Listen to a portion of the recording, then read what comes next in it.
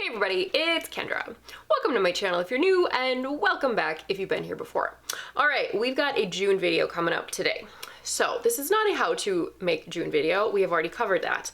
This is a how to not be dumb when it comes to taking care of your June Scoby. Because I have a very nasty June Scoby I'm going to share with you today. And then I just discovered that my June Scoby hotel is starting to get a little bit nasty as well. So I will have to get a new June Scoby from my neighbor. Luckily, I taught my neighbor how to make June about a year ago, and she's been going crazy with it. So I know I have a backup supply of Scobies. So anywho, this is what we're talking about today.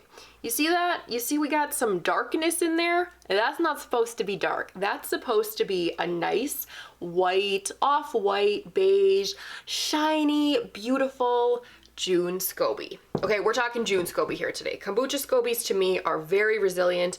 They can definitely go through battle. June Scobies are much more sensitive.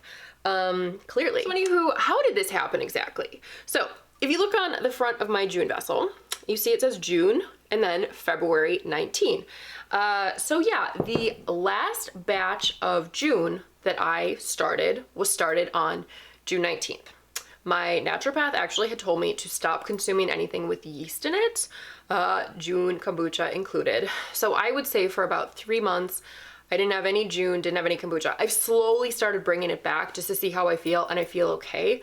So I do want to start brewing again. So anywho, if the last batch was started February 19th, that means it was probably finished around February 25th. You know, I drained off all the June, did my thing, flavored it, whatever. And then this has basically been left unattended, neglected by moi from February 25th, March 25th, April 25th, May 25th. Yeah, we're like June 7th today. So this baby sat for around 3.5 months without any love. Now, I went to France at the end of April, came back May 9th. While I was in France, I decided, yes, I'm going to start brewing again. So when I got back, May 9th, like the day after, I said, okay, let's start making some June. And I looked at my Scoby, I looked in there, I'm like, oh my God, what has happened? It was black. Like, only the top layer was black. Now we've got quite the situation. The top layer was black, and there was some kind of white stuff on top. I'm like, oh crap, I got mold. Ugh. Anywho, so yeah, that was like May 10th. Now we're about a month later, and this situation has progressed even more. And I'm going to put on some gloves because I do not want to touch this monster thing with bare hands. So yeah, let me show you what happened. Super gross. I can't say it really smells that bad. Like, it doesn't smell good. It definitely smells like something is off, but it's not this like overwhelming, like rank odor. It's just so repulsive to look at. I have my trash can here. I just have to like position this over my trash because I don't want this crap leaking everywhere. So anywho, yeah, that's what it looks like. Oh, it's so gross. So we got this nasty black situation, black and brown. And now when I first saw this was happening, it was like only the top layer. Now it's spread to like the other layers. And even if I flip it around, the bottom layer would usually have like, you know, little bits of yeast, little bits of tea, but it was still like pretty kind of like beige, white, cream color. Now it's starting to turn kind of tan, yucky. This is just super, super gross. Oh, I'm so repulsed. So yeah, take a good look at her because this sucker is going in the trash right now. So yeah, that is what a really unhealthy Scoby looks like. Gross. How do I think this happened? Why do I think this happened? Well, obviously it sat neglected for 3.5 months. What I really think happened is that it dried out. You know, there was starter liquid in here. There was probably like, you know, 2-3 inches of starter liquid underneath the Scoby. Well, after 3.5 months, that's gonna dry out. So I think what happened is that all of the starter liquid evaporated. It just got too dry. There wasn't, you know, it wasn't an acidic enough environment, and this happened. I think it's probably mold. And I think it's also just drying out. Like the top, when I had my gloves on and was holding it, I could definitely feel that the top layer of it, like the very top, felt kind of dry and slightly hard.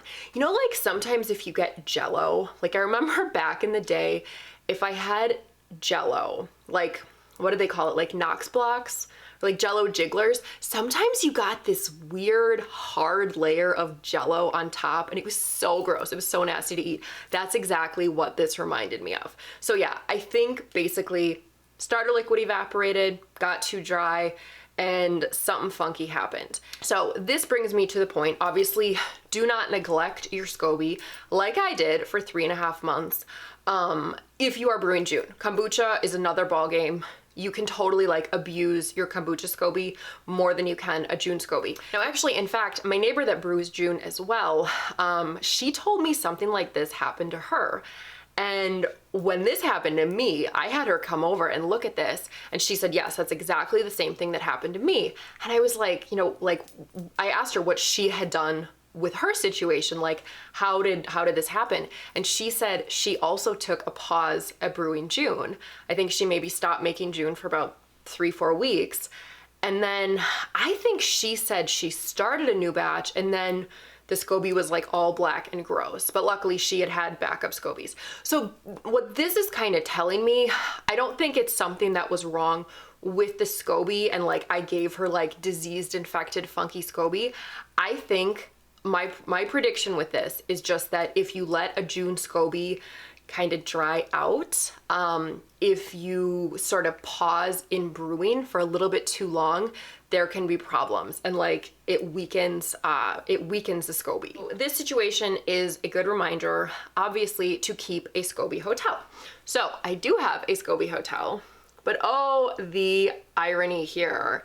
If we get real close, I don't know if you'll be able to see this, but like right here, there is actually a little tiny layer of black starting to appear in my Scoby hotel. This is a gallon jar with June Scobies, so I don't know. I might be able to use one from the bottom, but I feel like just to be safe, I think I'm gonna get a Scoby from my neighbor's Scoby hotel. I was just over there the other day and I know she has them, so I should be fine being able to source a June Scoby. So anyway, the point of my whole video, if you are making June, do not neglect your Scoby. Have a Scoby hotel. Keep feeding your Scoby hotel, because I have been a terrible Scoby hotel mother and have not been feeding my Scoby hotel. It's probably been 3.5 months that I have not fed my Scoby hotel.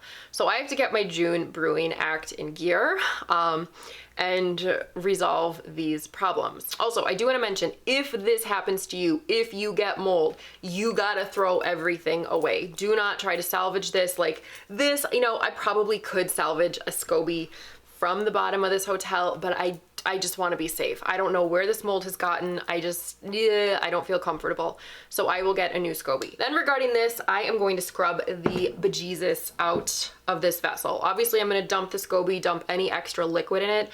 I'm going to use super, super hot water, a scrubby, dish soap, go to town with it.